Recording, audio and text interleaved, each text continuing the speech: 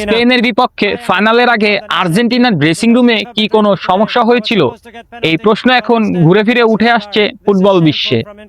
কারণ ম্যাচ শুরুর আগে ড্রেসিং রুমের সামনে লিওনেল মেসির সতীর্থদের সাথে কথোপকথনের একটি ভিডিও ভাইরাল হয়েছে, যেখানে মেসিকে বারবার দলকে শান্ত থাকতে এবং সবকিছু ভুলে খেলায় মনোযোগ দিতে বলতে দেখা যাচ্ছে। মেসি বলছিলেন, গাইস শান্ত হও, সবাই শান্ত হও, চলো সবাই শান্ত থাকি, গাইস চলো শান্ত থাকি, শান্ত থাকি, চলো খেলার কথা বেশি বেশি ভাবি, শান্ত হও, চলো সবকিছু ভুলে যাই, সবকিছু ভুলে যাই, ঠিক আছে, চলো খেলি, চলো শুধু খেলার কথা ভাবি।